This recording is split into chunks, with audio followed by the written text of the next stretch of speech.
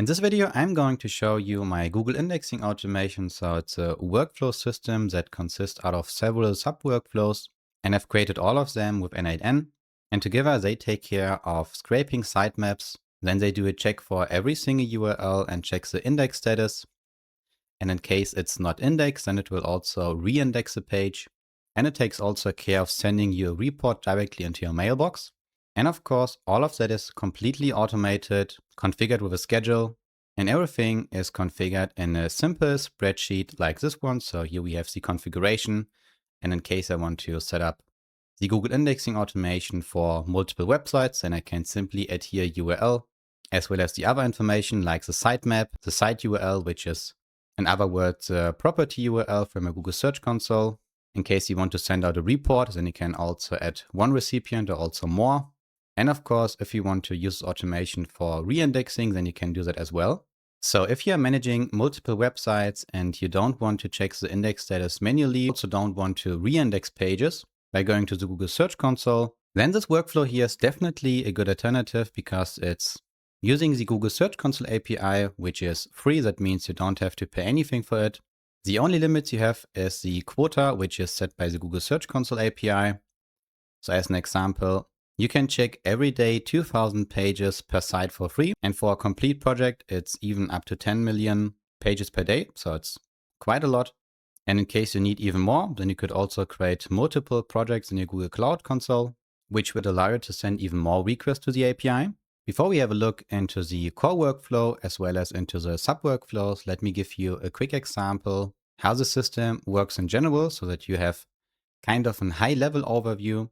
And first of all, everything starts with the sitemap scraper, and I made also previously a video about it because this is kind of the foundation for other workflows. So in case you want to scrape the sitemap from a specific page, then you don't have to necessarily use it for indexing, but you can also use the URLs for technical audit, content analysis, internal linking, and so forth. There are like a lot of different opportunities you can do as soon as you have the URLs from a website. But in this video, we will have a look into the indexing, and simplified, the workflow takes care of scraping the sitemap so that we have every URL. And it doesn't matter if you created your sitemap with Rank Math, Yoast SEO, a custom generator, as long as it is an XML, the workflow will be able to check if you have a single sitemap or also sub-sitemaps. As an example, if you have a sitemap for product, review, specific locations, then it will also take care of getting all the URLs from your sub-sitemaps. And once this is done, then the other workflows, so in this case, these are used as sub-workflows, take care of checking the index status. And for this, it just takes the URL, uses the Google Search Console API, so the index endpoint. After that, we have the list of data, which looks like this. So this part here is done by the first workflow. After that, the index checker takes care of pulling data directly from the Google Search Console API, where the most important property is the coverage state. So in this case, I know that this page is submitted and also indexed. But if we have a look, for instance, into this row here, then we can see that this URL is not known to Google, which means for me, I have to do something about it. And of course, if, for instance, a page was indexed, but then Google decided to de-index it, then the coverage state would be discovered, currently not indexed. So Google is aware of this page, but it's decided to not index it yet. And this data, so everything that is not submitted and indexed, is then used in the second sub-workflow, which is the batch indexing.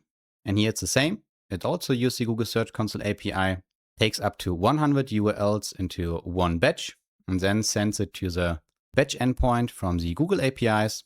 And after that, the last step is to send a report, which will look like this, where you have a short summary. So in this case, I know that 3 pages are currently discovered but not indexed. 2 URLs are not known to Google, and there was even 1 URL where no data was available. And in case you want to know which URLs are it exactly, then there's also a second table, so URL details, which means at this point, the second workflow took already care of re-indexing the pages. And now you have a report where you know which pages are in terms of the indexing status not healthy. So you can try to optimize them by optimizing the content, refreshing it, setting up some internal links, and so forth.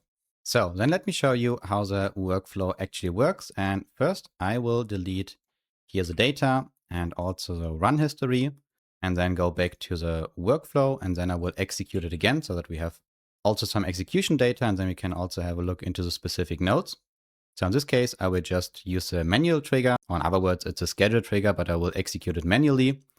And the first thing that happens is that the sitemap will be scraped. So if we go back to the URLs, then we have now the 4 properties, the domain, site URL, sitemap, and also the URL itself.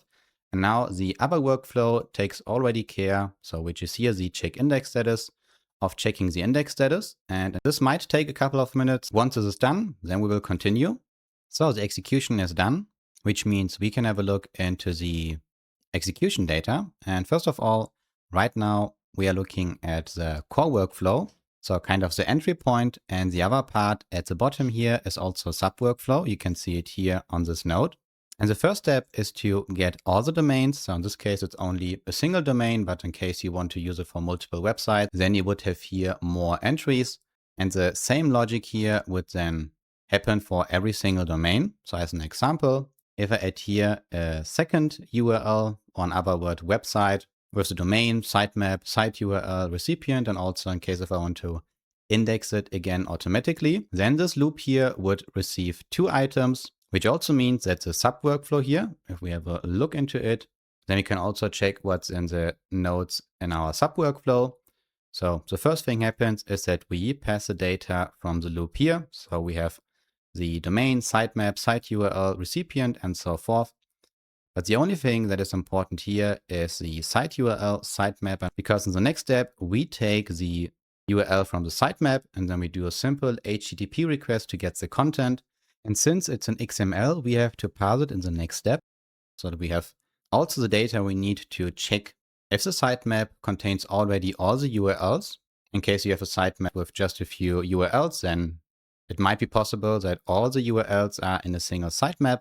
But in case you are working with custom post types, for instance, for products, reviews, listicles, and so forth, then most likely you have more than one sitemap. And in case you have a single sitemap where all the URLs are already available, then this branch will be executed. But in this case, for my website, I have 2 sitemaps, so pages and also products, which means the other branch will be executed that takes care of crawling also the sub-sitemaps. And as you can see, we have also another code node here, which takes care of filtering existing posts. That means this sub workflow is incremental. In other words, if we have a look into the run history, then we can see we have the run ID and also the time when this workflow was executed. And if we check the sitemap data, then we can also see that we have the last modified date. And in case this date here is after the date that we have here and the last time updated, then it's considered as either a new post or something has been changed, which means the workflow will grab these URLs and then update the sheet where we have all the URLs.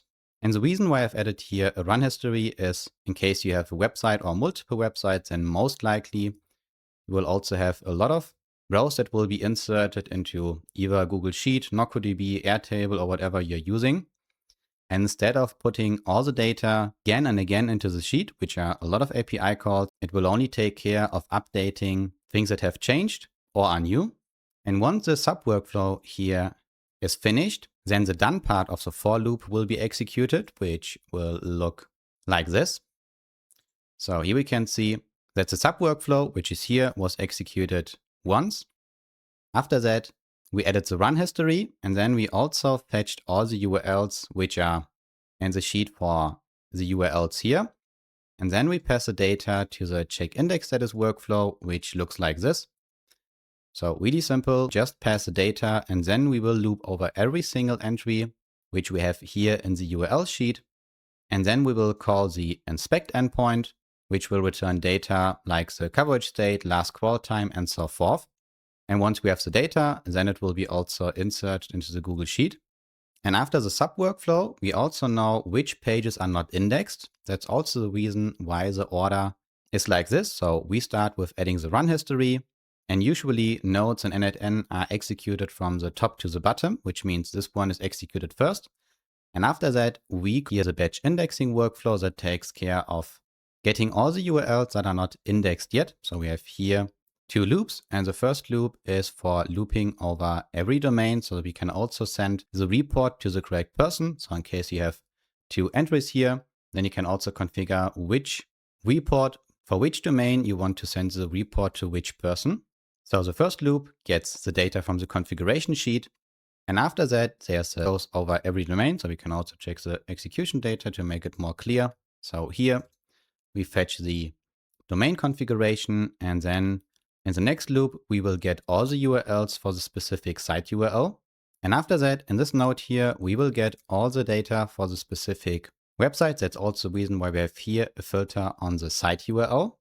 And once we have all the URLs, then we send it to the code node that takes care of splitting all the URLs into chunks.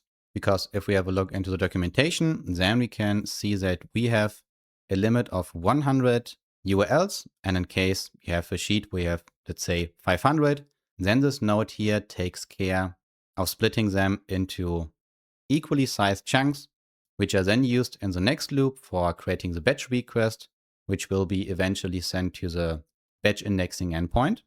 And as an example, here we can also see how it looks like. So kind of weird, but the most important part is the status code. So 200 means that it worked.